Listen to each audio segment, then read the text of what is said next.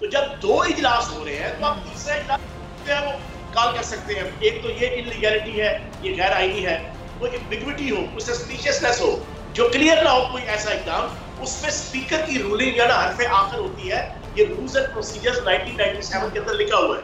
पूरे 5 साल इजलास चलाए ताकि गवर्नर की जो ये अहकामात हैं या ये डायरेक्शन है कि आप एतमाद का वोट लें, इस पे कभी अमल दरामद हो ही नहीं सकेगा। ठीक है जी। पहली चार्जशीट ये थी कि Chaudhry Parvez Elahi has lost the majority of the house. Chaudhry Shujaat Hussain supreme court ने डिसाइड किया है he has to do nothing with Punjab. उनके जो पार्लियामेंट्री लीडर हैं PMLQ के, he has to decide. Subscribe करें और बेल दबाएं ताकि कोई खबर रह न जाए।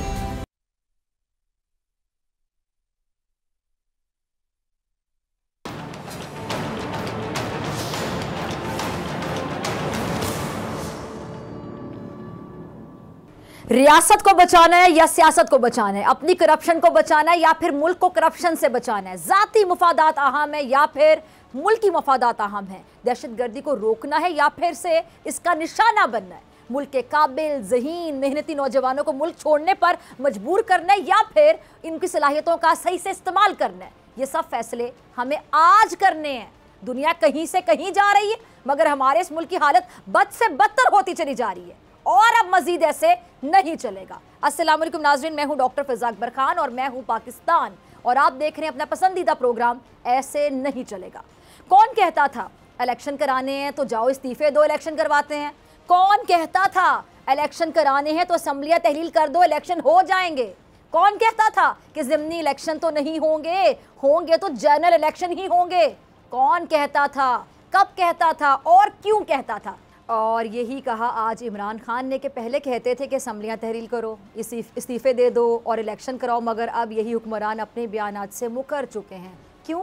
क्योंकि ज़ाती मफादात मुल्की मफादात से बालातर हैं, क्योंकि सियासत रियासत से अहम लगने लगी है, क्योंकि अब जिसकी लाठी उसकी भैंस का कानून बोल रहा है और यही सब अब हम इस मुल्क में होता देख रहे हैं। इसी तमाम तर सियासी सूरत हाल पे बात करने के लिए मेरे साथ मौजूद मेहमान मौजूद हैं, किसी तारुफ के मोहताज नहीं। फ़याज़ुल हसन चौहान साहब बहुत शुक्रिया ज्वाइन करने के लिए, वहीद हैदर साहब आपका भी बहुत शुक्रिया वक्त देने के लिए, और एजाजुल हक साहब हमें कुछ देर बाद ज्वाइन करेंगे।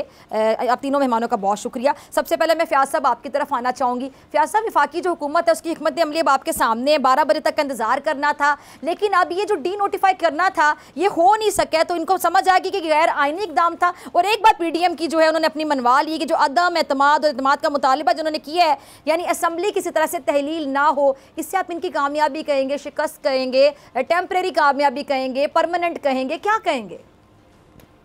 बिस्मिल्लाहिर्रहमानिर्रहीम। डॉक्टर साहब, बात यह है कि इस वक्त पंजाब के अंदर दो इजलास चल रहे हैं, एक 41वां और एक 42वां। 41 इजलास वो बजट इजलास है की गैर आईनी हुकूमत ने उस वक्त शुरू किया था, जिसको अभी तक प्रोरोग नहीं किया। एक प्रोरोग करना होता है, एक एडजर्न जो होता है वो वक्ती तौर पे एक ही सेशन वो अगले दिन की तरफ जो है वो ले जाया जाता है। प्रोरोग का मतलब होता है कि एक सेशन खत्म कर दिया। अब इस वक्त एक तो 41वां सेशन चल रहा है जो गैर कानूनी हुकूमत हमजा शहबाज की थी, उसका दूसरा चल रहा है 42वां जो अभी भी चल रहा है और सेशन है, प्रोरोग नहीं हुआ।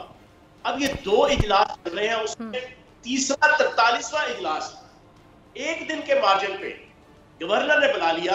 हालांकि मंजूर वट्टो केस है हाई कोर्ट के अंदर, उसमें रूलिंग मौजूद है हाई कोर्ट की कि जब भी कोई एतमाद का वोट कहने का कहा जाएगा वजीर आला को, तो कम से कम 10 दिन का मार्जिन दिया जाएगा। क्यों कि 10 दिन के अंदर दोनों तरफ के जो ग्रुप्स हैं, अपोजिशन है या ट्रेजरी बेंचेस है, वो अपनी को रीअरेंज कर सके, अपने पार्लिमानी ग्रुप को रीअरेंज कर सके। कोई मुल्क से बाहर गया है उसको वापस बुला ले, कोई हज के लिए गया है उसको वापस बुला ले, कोई उम्रे को वापस बुला ले, कोई इलाज के लिए कहीं गया हुआ है उसको जरा अलर्ट कर दें। सारों को जो है वो अपना ग्रुप जो है वो इकट्ठा कर लें। इन्होंने दो चीजों पर बदनीयती और कानूनी हरकत की। एक तो तीसरा इजलास ये बुला ही नहीं सकते थे। आइन की जो शिक है ना, जिसके अंदर एतमाद का वोट कहने का कहा हुआ गवर्नर की तरफ से वजीर आला को, उसमें यह है कि वो एक स्पेशल इजलास जो है वो मुनक्कद किया जाएगा। जो प्रीवेलिंग इजलास होता है, जो इन सेशन होता है इजलास, उसके अंदर आप जो है वो नहीं ले सकते एतमाद का वोट। तो जब दो इजलास हो रहे हैं तो आप तीसरा इजलास जो है वो कॉल कर सकते हैं। एक तो ये इलीगैलिटी है, ये गैर आईनी है, दूसरी चीज कि 10 दिन का मार्जिन आपको चाहिए था, आपने बदनीति के ऊपर 1 दिन का मार्जिन देकर दूसरे दिन को जनाब आप अनाउंस कर रहे हैं। तो इन दो चीजों की वजह से स्पीकर असेंबली ने पंजाब असेंबली के रूल्स एंड प्रोसीजर्स 1997 उसकी रोशनी में, जिसमें उनको इख्तियार हासिल है कि कोई ऐसी चीज कि जिसके अंदर कोई क्लैरिटी ना हो, कोई एम्बिग्विटी हो, कोई सस्पिशियसनेस हो, जो क्लियर ना हो कोई ऐसा इकदाम, उसमें स्पीकर की रूलिंग या ना हरफे आखिर होती है। ये रूल्स एंड प्रोसीजर्स 1997 के अंदर लिखा हुआ है। स्पीकर ने रूलिंग देके गवर्नर के एतमाद के लेने की जो जनाब इकदाम था उसको गैर आईनी और गैर कानूनी करार दे दिया और 100% लीगल। तो ये पोजीशन है जनाब इसमें। ठीक है जी, ठीक है। वहीद हैदर साहब, मैं आपकी तरफ आना चाहूँगी। आपने चौहान साहब को भी सुना, तो वहीद हैदर साहब, आप कानून को अच्छी तरह से समझते हैं, तो क्या एक दिन की कॉल पर वाकई गवर्नर एतमाद के वोट के लिए इजलास बुला भी सकते हैं? यानी ये इख्तियार है गवर्नर का?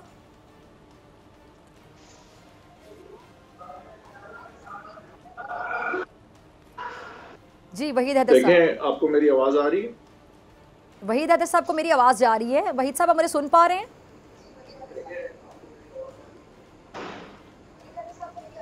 ठीक है वहीद साहब, आपने शायद टीवी का वॉल्यूम खोला है, इसको जरा कम कर दीजिएगा क्योंकि लाउड शो में मुझे आपको इसी तरह कहना है कि क्या एक दिन या 2 दिन। वहीद साहब, मैं जानना चाह रही हूँ कि आप कानून को अच्छी तरह से समझते हैं। एक दिन की कॉल पे जो गवर्नर एतमाद के वोट के लिए इजलास बुला सकता है, क्या कहता है कानून? इख्तियार है गवर्नर के पास? जी जी, गवर्नर साहब जो है वो 2 दिन के नोटिस पे इस तरह से एतमाद का वोट लेने को कह सकते थे या नहीं? नुक्ता आपने सही उठाया है सवाबदीद गवर्नर की। अगर वो सेटिस्फाई के वजीर आला जो है वो एतमाद जो है वो मेजॉरिटी का असेंबली में खो चुके हैं, तो वो उस सूरत में प्रोविंशियल असेंबली को समन करके उनसे कह सकता है कि आप एतमाद का वोट लें। अब इसमें 2 पहलू जो है वो आम है। एक वो जिसकी बात आपने की कि जाहिर है कि ये नहीं होता कि मैं आपसे बोलूं कि आप आए और 40 मिनट में आके वोट ऑफ कॉन्फिडेंस ले लें। तो एक रीजनेबल टाइम देना है, 186 अरकान को करके उनसे वोटिंग करवानी है। तो लिहाजा एक रीजनेबल टाइम यहाँ क्या होगा? अब नो कॉन्फिडेंस में रीजनेबल टाइम समझा गया है कि 3 से 7 दिन में वोटिंग होगी। तो क्या हम समझें कि वोट ऑफ कॉन्फिडेंस में भी कम से कम फिर 3 दिन तो होने चाहिए? तो यहाँ 2 दिन दिए गए, तो एक बॉर्डर लाइन है वहां पे कि रीजनेबल टाइम 2 दिन था या नहीं था। एक दलील ये हो सकती है कि कम से कम नो कॉन्फिडेंस में अगर मिनिमम 3 दिन का वक्त है तो यहाँ भी मिनिमम 3 दिन का वक्त होना चाहिए। दूसरा नुक्ता जो है जो खासा अहम है, जिस पे चौहान साहब ने भी बात की, कि अगर एक सेशन ऑनगोइंग है तो उस सूरत में क्या गवर्नर जो है वो प्रोविंशियल असेंबली का जो सेशन बुलाने की बात आइन में की गई है, तो क्या वो वाला सेशन जिसमें एतमाद का वोट वजीर आला को लेना है वो फिर बैक वक्त हो सकता है या नहीं, या फिर ये सेशन पहले खत्म होगा और उसके बाद ही फिर वो वाला सेशन हो सकता है? मेरे ख्याल से इसमें तो कोई शक नहीं है कि जो आइन की प्लेन मीनिंग है, जो यानी कि बहुत क्लियर वर्ड्स हैं, वो तो हैं कि वो अगर वोट ऑफ कॉन्फिडेंस लेने का कहता है तो वो उसके लिए प्रोविंशियल असेंबली का इजलास जो है उसको समन कर सकता है, जिससे लगता यह है कि एक नया इजलास होगा क्योंकि समन करना पड़ेगा। लेकिन मैं नहीं समझता कि अगर समन करने का इख्तियार दिया गया है यहाँ पे गवर्नर को, तो लिहाजा इसका मतलब ये होगा कि अगर एक ऑनगोइंग इजलास है तो आप कदगन लगा सकते हैं उसके इस आईनी इख्तियार पे कि वो वजीर आला को कहे कि आप वोट ऑफ कॉन्फिडेंस लें। तो मेरे ख्याल से यहाँ पे दलील गवर्नर साहब की होगी कि भाई मुझे तो ये तक इख्तियार दिया गया है कि अगर सेशन हो ही ना तो मैं उसको समन करके बुला सकूं। तो अगर एक सेशन चल रहा है तो वो किस तरह से इस्तेमाल की जा सकती है दलील कि आप जो है वो मेरे वोट ऑफ कॉन्फिडेंस पे कोई जो है रद्द ना हो, क्योंकि अगर इसी चीज को एक्सट्रैपोलेट करें बाय वे ऑफ इलस्ट्रेशन, तो क्या फिर ये ना कोई करेगा वजीर आला कि कभी जो है वो खत्म इजलास करे ही ना, पूरे 5 साल इजलास चलाए ताकि गवर्नर की जो ये अहकामात हैं या ये डायरेक्शन है कि आप एतमाद का वोट लें, इस पे कभी अमल दरामद हो ही नहीं सकेगा। ठीक है जी, तो मेरे ख्याल से ठीक है वहीद साहब, ठीक है, आपका पॉइंट आ गया। ठीक है, ठीक है, मैं आपकी तरफ दोबारा आती हूँ। चौहान साहब, मैं आपकी तरफ आ रही हूँ, हमने वहीद हैदर साहब को भी सुना। तो चौहान साहब, एक और सवाल कि जो स्पीकर पंजाब असेंबली है उन्होंने तो ये तक कह दिया है कि जी कल असेंबली तहलील नहीं होगी, शायद अब ये मामला जो है जनवरी तक चला जाएगा। तो पंजाब असेंबली तहलील अगर नहीं होती तो KP की असेंबली भी तहलील नहीं होगी, और कौमी असेंबली से इस्तीफ़ों के लिए स्पीकर ने PTI अरकान को तलब कर लिया है। तो मतलब कि जो सारे मामला थे चौहान साहब ये ताख़ीर का शिकार होते जा रहे हैं, तो आपको ये बेमायनी सा नहीं लगता है? दूसरा ये भी एक पॉइंट कि स्पीकर पंजाब असेंबली एतमाद के वोट से इनकार करें या फिर वक्त मांग रहे हैं? ये कुछ स्मार्ट स्ट्रैटेजी क्या समझ आ रहा है आपको? देखिए, इन्होंने एक गवर्नर की तरफ से एतमाद का वोट का कहा, एक वजीर आला के खिलाफ तहरीक अदम एतमाद, दूसरा स्पीकर के खिलाफ तहरीक अदम एतमाद, तीसरा डिप्टी स्पीकर के खिलाफ अदम एतमाद। हम ये कह रहे हैं कि एतमाद वाला तो वो रूलिंग दे दी कि ये इलीगल है। ये जनाब जो मैंने आपके सामने लाहौर हाई कोर्ट की जनाब एक हेयरिंग की जनाब रूलिंग रखी है, उसमें 10 दिन का कम से कम मजदूर वोटों केस जनाब, उसके अंदर उन्होंने कहा हुआ है कि एतमाद के वोट के लिए कम से कम गवर्नर इसका मौका देगा। अब देखना, इस वक्त हमारे कम से कम 10 से 12 मेंबर हैं। कोई इलाज के लिए बाहर गया हुआ है, कोई उम्रे के लिए बाहर गया हुआ है, कोई किसी हवाले से बाहर है। अब आप बताएं, एक दिन का मार्जिन, उसमें आप किस तरीके से इन बंदों को जनाब बुला सकते हैं? 3 जो बाकी मूव्स की हैं उनको हम एक्सरसाइज करेंगे। तहरीक अदम एतमाद का एक तरीक़ाकार होता है, उसमें जब जिन लोगों ने सबमिट करवाई है तहरीक अदम एतमाद, अगर वो 100 बंदे हैं, उन 100 बंदों की पहले तो रेक्टिफिकेशन करनी है स्पीकर सेक्रेटेरिएट ने। उन्होंने उनको बुला के ये रेक्टिफाई करना है बाकी ये जो साइन हुए हैं ये इन 100 बंदों के खुद हुए हैं कि इनकी तरफ से किसी ने कर दिए हैं। उसके अंदर तकरीबन 1 हफ्ता 4-5 दिन उस पर लगेंगे। जब वो 100% क्लैरिफाई, रेक्टिफाई, वेरीफाई हो जाएंगे, फिर उसके बाद टेकअप कर लेगा जनाब स्पीकर सेक्रेटेरिएट। उसके बाद 3 दिन से लेके 7 दिन के अंदर उस पर वोटिंग होगी। तो पहला प्रोसेस तो आपका वजीर आला की तहरीक है वो आपका तकरीबन 7, 8, 10 जनवरी तक जाएगा। उसके बाद आ जाएगा जनाब स्पीकर का, उसके बाद आ जाएगा डिप्टी स्पीकर का। तो ये आपका तकरीबन महीना सवा महीना जो है इस प्रोसेस को रखेगा। ठीक है, ठीक है। अच्छा वहीद हैदर साहब, मैं आपकी तरफ आ रही हूँ। वहीद हैदर साहब, अब एक और सवाल है कि क्या बाकी जो पीडीएम है, एक सवाल है कि वो परवेज़ इलाही साहब को डीनोटिफाई करने में कंफ्यूजन का शिकार तो नहीं है, कंफ्यूज तो नहीं है?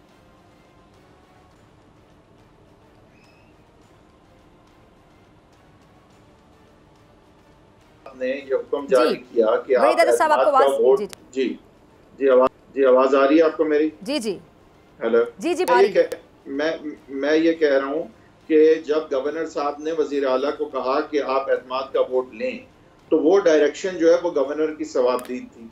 डेट और टाइम का तयन भी गवर्नर की सवाबदीद थी, एज लॉन्ग एज रीजनेबल होता। लेकिन उसके बाद अब सही या गलत, गैर कानूनी या कानूनी, स्पीकर ने अपनी रूलिंग से गवर्नर साहब के इस हुक्म को रद्द कर दिया है। अब चाहिए था हुकूमत को कि वो इस स्पीकर की रूलिंग को चैलेंज करते, और क्योंकि उन्होंने चैलेंज नहीं किया है, तो इस वक्त अगर आप वजीर आला से कहेंगे कि हम आपको डीनोटिफाई कर रहे हैं क्योंकि आपने एतमाद का वोट नहीं लिया, तो वजीर आला कहेगा मैं तो थर्ड पार्टी हूँ, स्पीकर की रूलिंग जो है उसने रद्द कर दिया है आपके हुक्म को, और सही किया गलत किया ये तो डिक्लेरेशन कोर्ट देगी। ये आप ओपिनियन अपना खुद नहीं दे सकते, आप तो खुद पार्टी हैं इसमें, आपने हुक्म दिया, आप ही कह रहे हैं स्पीकर की रूलिंग गलत है। मैं इसमें पार्टी नहीं हूँ, स्पीकर की रूलिंग कहती है कि इस वक्त जो है वो एतमाद का वोट मुझे लेने की जरूरत नहीं है। अब ये चाहे जितनी गैर कानूनी बात है, जब तक कोर्ट नहीं डिक्लेयर करेगा तो आप मुझे डीनोटिफाई नहीं कर सकते, क्योंकि मैंने तो कोई खिलाफ वर्जी नहीं की। और अगर एक इलीगल रूलिंग को मैं फॉलो कर रहा हूँ तो आप उसे पहले इलीगल डिक्लेयर कराएं, मेरी रूलिंग तो है नहीं।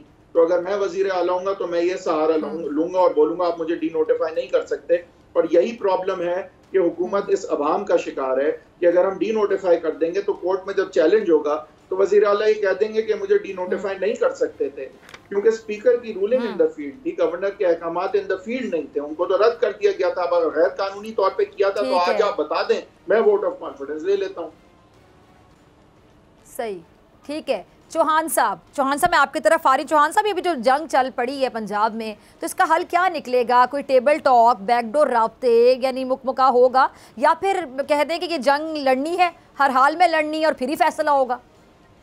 अच्छा, पहली बात तो ये है कि हैदर वहीद साहब ने बहुत ज़बरदस्त तरीके से पूरी पिक्चर जो ड्रॉ की है वो 100% ठीक है।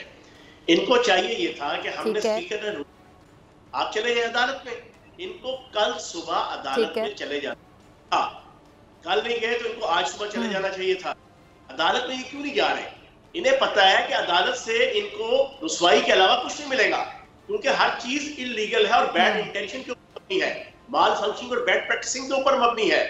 इन्हें पता है इस चीज का, और अभी तो इनका तो सिर्फ वही जाना पड़ता है कि ये वहां जाए, जाके बताए, क्योंकि स्पीकर ने किया ना।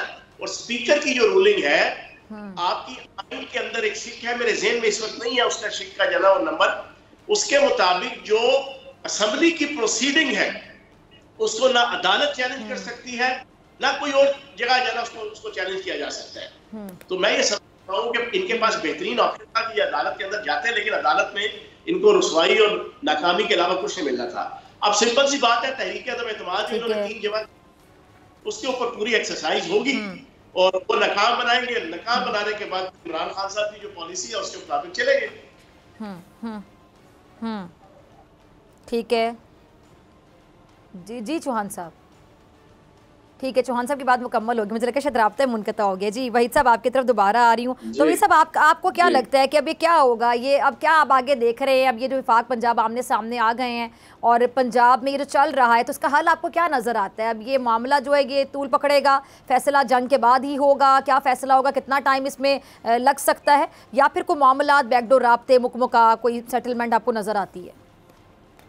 देखिए, एक तो चौहान साहब का ये कहना कि पार्लियामेंट्री रूलिंग कोर्ट में चैलेंज नहीं हो सकती, ये बात दुरुस्त है, लेकिन पार्लियामेंट्री रूलिंग को पार्लियामेंट्री रूलिंग के दायरे कार में होना भी लाजिम है कि वो पार्लियामेंट्री प्रोसीजर पे रूलिंग हो या ऑर्डर ऑफ द हाउस पे रूलिंग हो, maintenance of order of the house पे रूलिंग हो, तो फिर तो कोर्ट्स इंटरफियर नहीं कर सकते। लेकिन यहाँ पे हुकूमत और गवर्नर ये कहेंगे कि आपने जो रूलिंग दी है वो मेरा एक इंडिपेंडेंट आईनी हक है कि मैं वोट ऑफ कॉन्फिडेंस जो है आपको लेने को आपके चीफ मिनिस्टर को कहूँ, वो आप मुझसे स्पीकर रूलिंग के तहत वो हक नहीं ले सकते, जिस तरह से सूरी साहब वोट ऑफ नो कॉन्फिडेंस को अपनी स्पीकर रूलिंग से नहीं उजाड़ सके थे। तो एक तो ये दलील वहां से आएगी। दूसरा, आपने जो बात की कि अब क्या होने जा रहा है, देखें एक रेस है। रेस ये है कि पीटीआई और वजीर आला, ये मैं अज्यूम करूंगा क्योंकि वजीर आला की चाबी खान साहब के पास नहीं है, लेकिन अब मैं अज्यूम अभी यही करूंगा कि वो दोनों चाहते हैं कि हम असेंबलियों को डिसॉल्व कर दें।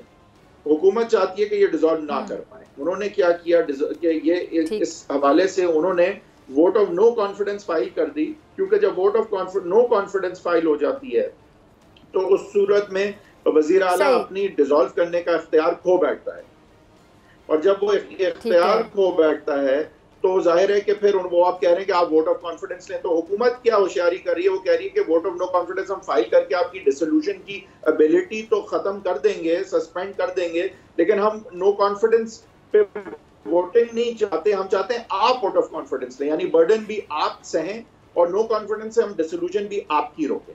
तो हुकूमत ये करना चाह रही है। और यानी हम इनके स्मार्ट मूव कह सकते हैं इसको वहीद साहब, हुकूमत की जानिब से जी हम स्मार्ट मूव कह सकते हैं इसको हुकूमत की जानिब से। लेकिन ये स्मार्ट मूव नहीं थी, स्पीकर रूलिंग को चैलेंज ना करना स्मार्ट मूव नहीं थी, क्योंकि आप वो डी नोटिफाई करेंगे तो वजीर आला कहेंगे कि मुझे कैसे आपने डी नोटिफाई किया, मैं तो वो वोट ऑफ कॉन्फिडेंस लेने का जोगा था ही नहीं, क्योंकि स्पीकर रूलिंग ने आपकी गवर्नर की बात को तो अभी रद्द किया हुआ, अगर गैर कानूनी किया डिक्लेयर करवा लेना, वोट ऑफ कॉन्फिडेंस ले लेता हूं। और ठीक है भाई साहब, मुझे क्विक ब्रेक के लिए कहा जा रहा है, दोनों मेहमान मेरे साथ ब्रेक के बाद मुलाकात होगी।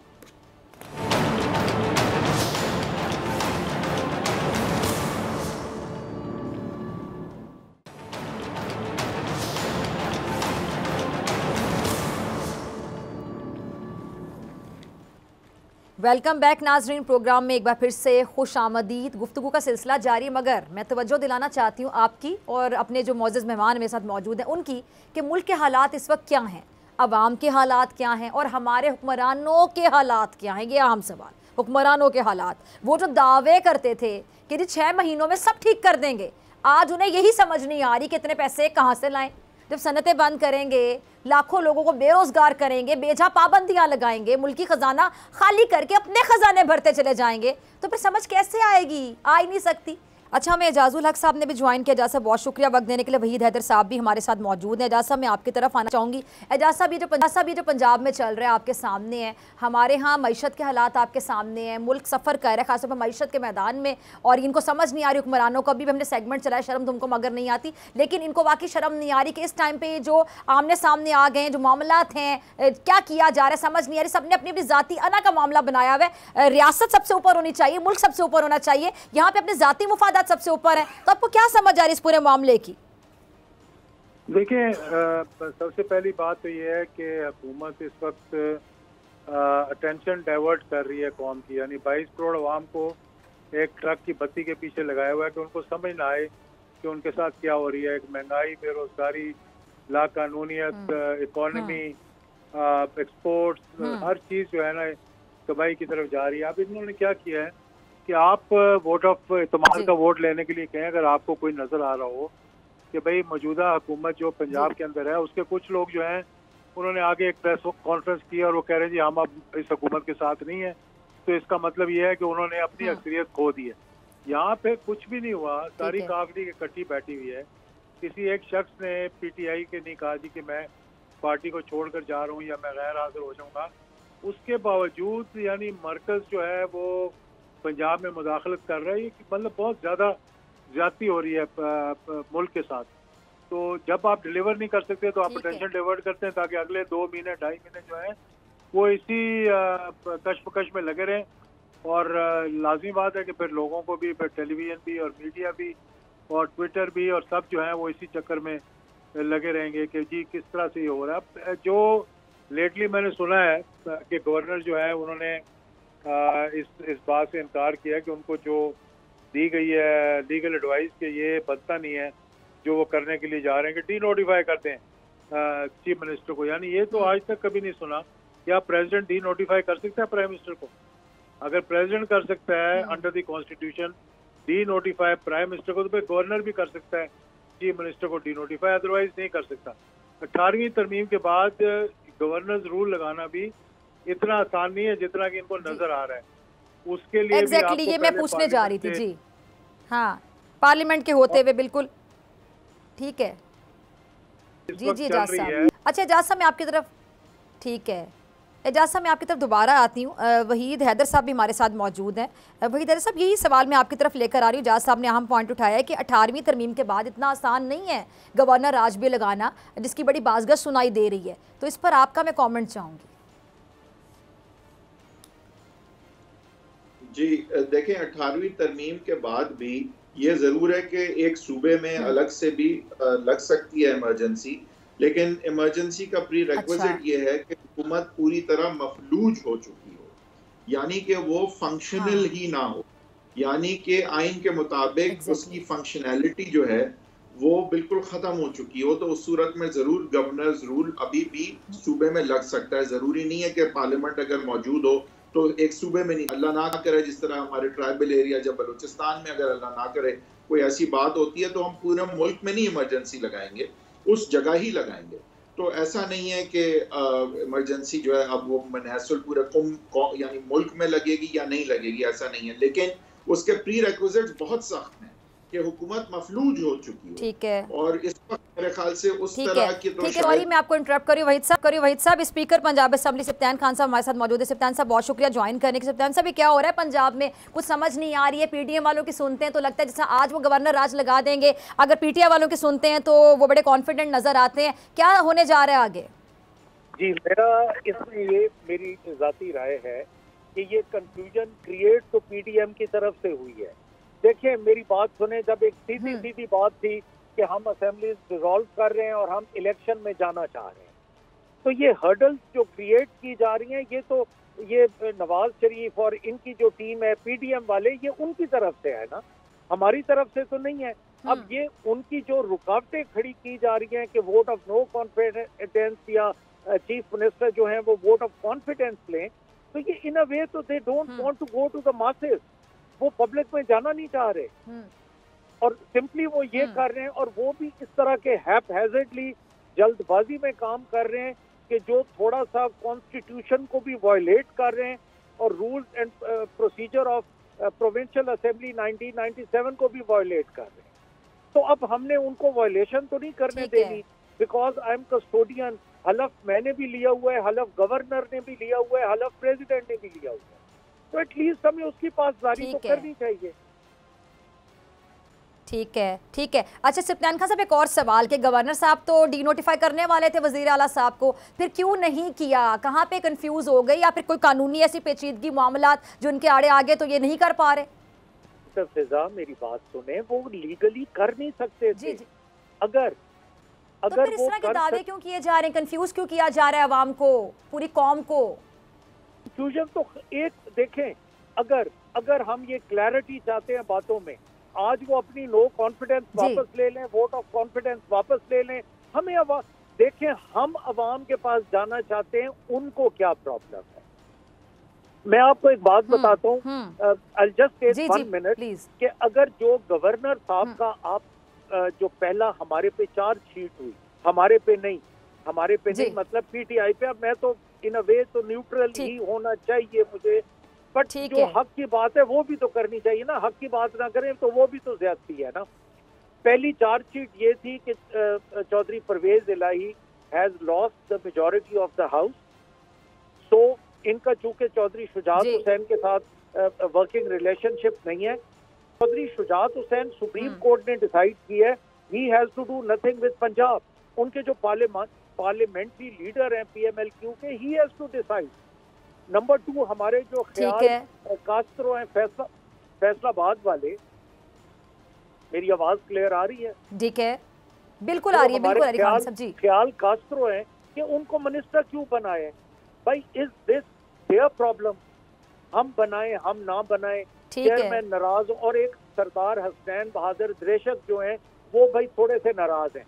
भाई वो हमारी इंटरनल पार्टी का इशू है, वो पीटीआई का इशू है। What is your problem? तो जहां से फील होता है कि बिस्मिल्लाह जो उन्होंने शुरू किया, दैट वाज मेलाफाइडी। ठीक है, अच्छा खान साहब, एक और सवाल, जो अदम एतमाद की तहरीक है, ये इजलास कब बुलाया जाएगा? फिर अदम एतमाद का वोट, मतलब कितना उलझाया गया पीडीएम की जानिब से। आप इसको स्मार्ट मूव भी कह सकते हैं, साथ कन्फ्यूजन का भी शिकार है, वो एक अलग बात है। और एक और चीज़ ज़रा समझा दी कि नंबर के हवाले से, कि नंबर पूरे हैं आपके।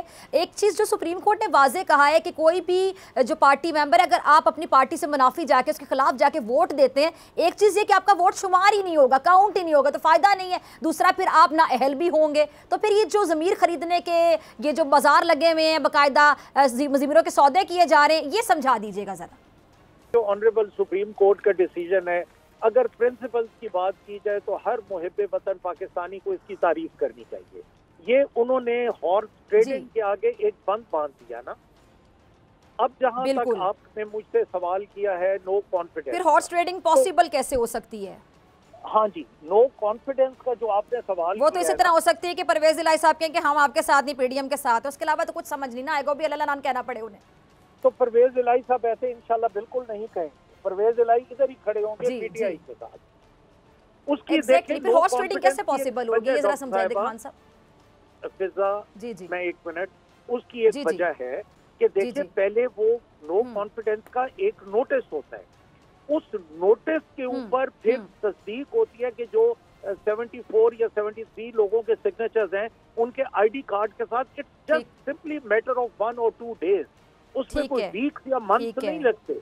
और उसकी क्लैरिटी के बाद हम उनको डेट दे देंगे, डेट दे के और जो प्रोसीजर है वो पूरा करके, मेरा ख्याल है 2-3 जनवरी तक अल्लाह खैर करे और ये नतीजा निकल आएगा, मैक्सिमम 2 या 3 जनवरी, दैट्स ऑल। ठीक है, तो खान साहब की ज्यादा डिले तो नहीं होगा? आपको क्या लगता है कि डिले करने की वो टैक्टिक हो सकती है? क्यों डिले क्यों होगा? देखिए आज अब सुबह 23 तो हो गई, 23 तो हो गई ना सुबह, तो इसमें क्रिसमस भी आना है, फिर इसमें संडेज को भी आना है, बिल्कुल। तो अगर वो निकालें तो मैं तो 2nd, 3rd, 4th जनवरी की बात करूं, ये हार्डली मैटर ऑफ 10-12 डेज। ठीक है, और जब चीजों को आप उलझा देते हैं तो उनको सुलझाने के लिए टाइम तो चाहिए होता है ना जी। ठीक है, ठीक है, ठीक है सिप्तान साहब, बहुत शुक्रिया आपके वक्त के लिए। वहीदा से आ रही हूँ, आपने भी स्पीकर साहब को सुना, तो आप क्या देखते हैं? वो तो बड़े कॉन्फिडेंट दिखाई दे रहे हैं कि जी काफ लीग भी हमारे साथ है, चौधरी परवेज इलाही साहब कहीं नहीं जाएंगे। ये ख्वाहिश हो सकती है पीडीएम की, लेकिन वो इमरान खान साहब के साथ ही खड़े हुए, पीडीएम की तरफ नहीं जा रहे। परवेज साहब, आपको क्या समझ आती है? ये जो हॉर्स ट्रेडिंग है उसका तो रास्ता बाकायदा रोका गया ना, सुप्रीम कोर्ट ने वाजे कह दिया कि आप ना अहल भी होंगे, आपका वोट भी शुमार नहीं होगा अगर आप पार्टी पॉलिसी के खिलाफ जाते हैं, मुनाफी जाते हैं। फिर ये हॉर्स ट्रेडिंग किस तरह हो सकती है? देखिए, एक तरीका है जो रह गया है, एक तो ये होगा कि जो पार्टी है वो परवेज इलाही साहब ले आए पीडीएम के पास, वो तो अगर नहीं हो रहा तो हॉर्स ट्रेडिंग का सीधा सीधा वो भी सबके सामने हो। हाँ, ठीक है, नहीं वो उसमें उनकी सियासत का बेड़ा गर्क हो जाएगा। शायद मेरी बात से एग्री करें कि अभी तक वो कह रहे हैं कि हम तो खान साहब के साथ हैं, अगर वो ऐसा करते हैं तो फिर उनकी सियासत का फ्यूचर क्या होगा? देखिए वो उस पर आते हैं, लेकिन एक है तरीका हॉर्स ट्रेडिंग का, वो ये तरीका है कि अगर पार्लियामेंट्री पार्टी करे, यानी 10 में से जो 6 पीएमएलक्यू के हैं, अगर तो उन्होंने फैसला कर लिया कि हम मेजॉरिटी से पार्लियामेंट्री पार्टी डायरेक्शन देते हैं कि पीएमएलक्यू परवेज इलाही को नहीं वोट ऑफ कॉन्फिडेंस देगी, उनके खिलाफ अदम एतमाद में ये वोट देगी, तो फिर कंसीवेबली अभी ऐसा है नहीं, मेरे पास कोई इंफॉर्मेशन नहीं है, लेकिन तरीका ये एक ही है कि 10 में अगर 6 एक तरफ जाके पार्लियामेंट्री पार्टी की मेजॉरिटी एक बन के अगर हुक्म जारी करते हैं कि पीएमएलक्यू वोट नहीं देगी परवेज इलाही को, तो यही एक तरीका है, यानी कि 10 पीएमएलक्यू में से 6 को अगर आप अपनी तरफ करके पीएमएलक्यू का रुख ही बदल दें, यानी परवेज इलाही से ना बदल। अच्छा भाई साहब, सॉरी मैं आपकी बात काट रही हूँ, ठीक है आपका पॉइंट है भाई साहब। एक और सवाल है ना, वक्त की कमी है, मैं आपकी मौजूदगी का फायदा उठाते हुए भी जरा समझना चाहती हूँ, नाज़रीन को जरा समझाइएगा आसान अल्फाज में कि जैसे आपने बताया कि उन 10 में से 6 अगर इधर चले जाते हैं, तो फिर ये बताइएगा कि फिर ये जो कॉन्फिडेंट अभी नजर आ रहे थे, सिफ्तान खान साहब कह रहे थे जी परवेज इलाही साहब हमारे साथ ही हैं, तो फिर जो 10 में से 6 वाली बात है, फिर इनको इसका भी किसी हद तक यकीन है कि ये इनकी फेवर में रहेगी चीज़, ये ऐसा नहीं होगा कि पीडीएम की फेवर में जाए चीज़? नहीं, जाहिर है कि वो तो ये समझते होंगे कि 6 लोग नहीं जाएंगे, और मेरे पास भी कोई ऐसी इंफॉर्मेशन नहीं है कि वो जा रहे हैं, लेकिन तरीका आपने पूछा था कि विंडो कहाँ है, तो विंडो ये है, लेकिन दूसरा विंडो ये है कि परवेज इलाही की चाबी जो है वो मुनस इलाही के पास है, उनके पास खुद है, इमरान खान के पास है, या कहीं और है। अगर कहीं और है तो फिर एंड तक मैं श्योर नहीं हूँगा कि क्या होगा, तो ये भी एक बात है, चाबी वाली भी बात है। ठीक है, ठीक है, ठीक है वहीद हैदर साहब, बहुत शुक्रिया आपके वक्त के लिए, तमाम है शुक्रिया। इसी के साथ मुझे दीजिए इजाज़त, आपसे मुलाकात होगी इंशाल्लाह पीर के रोज़, सेम टाइम सेम चैनल। अगर ज़िंदगी ने वफ़ा की, दुआओं में याद रखिएगा, अपना बहुत ख्याल रखिएगा, अल्लाह निगहबान।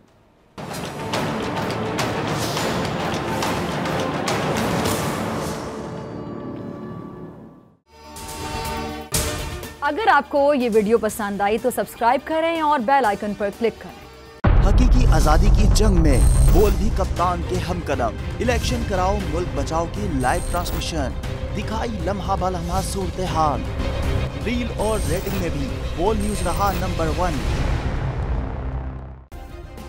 सब्सक्राइब करें और बेल दबाएं ताकि कोई खबर रह न जाए।